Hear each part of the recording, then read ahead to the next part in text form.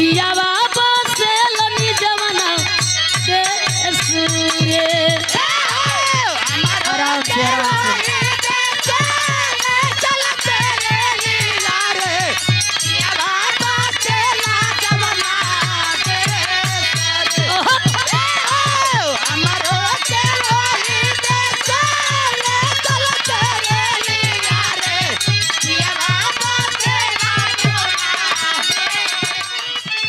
दुल्हन कहे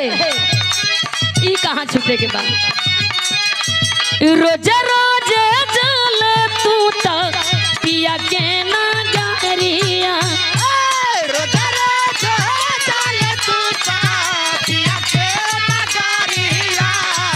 रोजा रोजा चल तू ता पिया के नगरिया कहियो ना आवसी तोरा संगे मोर संगरिया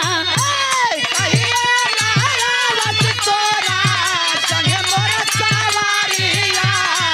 कहिए नाया वस तोरा संगे मोर सवारिया नहीं आवे ऊनी करिसम देसुरे नहीं आवे ऊनी करिसम देसुरे हमरो के ओही देश ला चलते रे लिया रे पियावा बसेलनी जमना देश रे। हमारो के वही देसाले चलते रे लिया रे पियावा बसेला जवना देश रे हमारो के वही देसाले चलते रे लिया रे पियावा बसेला जवना देश रे। सम्राट म्यूजिक वर्ल्ड की ओर से यह 1 मिनट और करे बाद आप लोगों ने के बिरहा सुनाई बड़ा नीमन बिरहा और से आप लोग सुन ली। दुल्हनिया एगो बात और कहे दुख तो बठले बा दुल्हन कहतिया नया नोहर कनिया यैली अवते जोगिनिया भैली जनली ना पियावा के प्यारी हो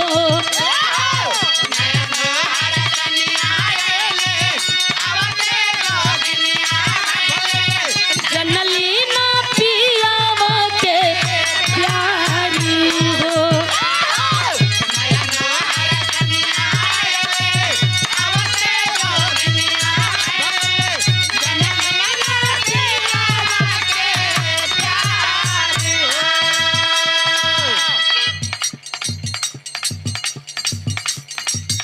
और यहाँ तक तमाम यूट्यूबर भाई लोगनी के लोग जानत बा पहचानत बा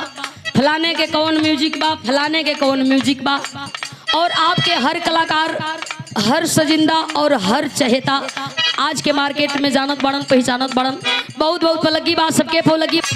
नया नोहर कनिया जैली अवते जोगिनिया बहिली जनली ना पियावा के प्यारी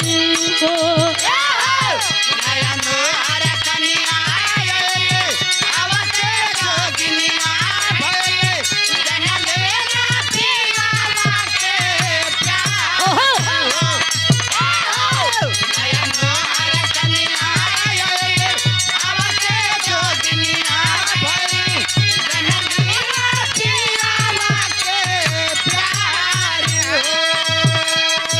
एक बात और दुल्हन कहे कि पैसा आ तुहर कमाई तुहर नौकरी तो हमार सवत हो गई बिया पैसा खातिर इंसान कहाँ से कहाँ चल जाता है बाबू देश विदेश मनई जाके घूम के परेशान होके घरे आ जाता रन कहत या के दुल्हनिया सुनो का कहे रतिया दीना